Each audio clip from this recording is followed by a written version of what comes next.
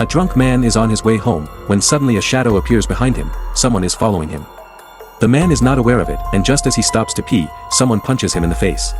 He is confused, there is clearly no one around. Soon after, the shadow reappears and walks towards him, continuing to beat him. At last, the shadow pulls out a weapon, and then... The next morning, Agent Audrey and Nathan arrive at the scene. They find that the victim was pierced. The victim's name is Bill and he is a nurse at the local medical center, so Audrey and Nathan go to the place where he works to investigate. The director tells them that the patients and doctors all like Bill, he is a good man with no enemies. But when the two are about to leave the medical center, they run into a group of patients' families. The group is shocked and they learn that Bill was killed, and they think the murderer is most likely the Dark Man. It turns out that there are many cancer patients in the medical center, and many of those patients died before their time. The group tells Audrey that it was the Dark Man who killed their family members, otherwise, they wouldn't have died before their time.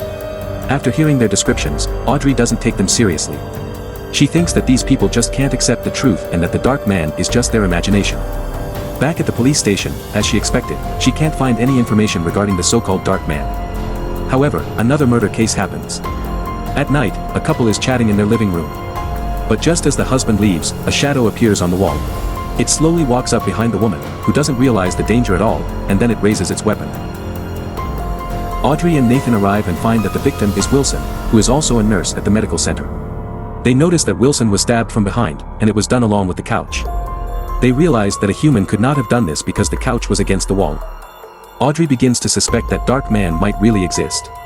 So she again questions the people she met earlier in the hospital.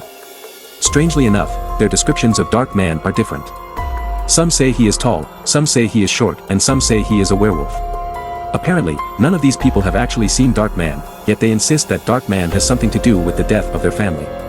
Audrey is confused, so she decides to open the coffins of the patients for autopsy. The families of the patients hear the news and they come to Audrey. Thornton is one of them, and he is angry, saying that an autopsy is disrespectful to his deceased wife. Audrey explains that the investigation has come to a dead end, and that autopsy is the only way left. To find out the truth, they have to agree. After they leave, something strange happens. At the moment, Audrey is being interviewed by two reporters. But suddenly, she notices the shadow on the wall is coming towards them.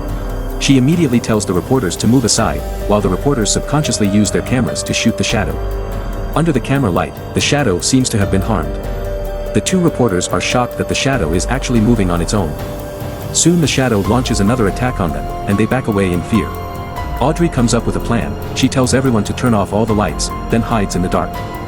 It turns out that the shadow can only appear in places where there is light. But the bad thing is that they failed to turn off the light near the exit, and now they are trapped in the house. Fortunately, Nathan arrives, he shoots out the last light, and the shadow disappears with it. Then, the autopsy report comes out. The doctor says that those patients did die of cancer. But the strange thing is that at least 10 of them didn't take chemotherapy drugs. In other words, the patients died earlier because they didn't take the chemotherapy drugs, not because they were killed by the Dark Man.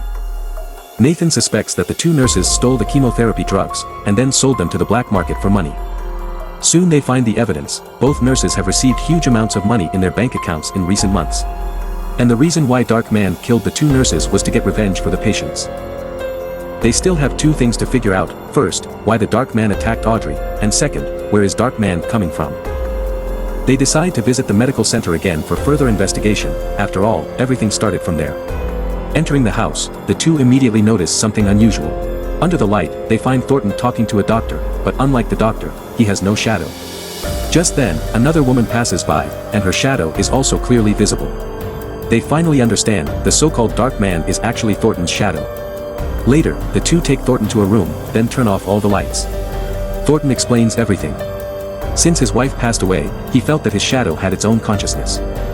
Every time he gets angry at someone, his shadow leaves his body to kill the person, and he can't control it. Audrey wants to put Thornton's shadow in jail, but before that, she needs to get the shadow back to him first. She lies to Thornton that two doctors were also involved in the murder of the cancer patient and that they have been taken into custody. Thornton believes it, and he gets very angry. The shadow is tricked and it follows Audrey back to the police station. In a room full of photographic equipment, Audrey carries out a fierce attack on it, and the shadow is fading away. The wounded shadow has to return to Thornton. In the end, all the windows of Thornton's house are sealed, and his house is modified into a prison, where he and his shadow will be imprisoned forever. I'm Movie Ape, thanks for watching.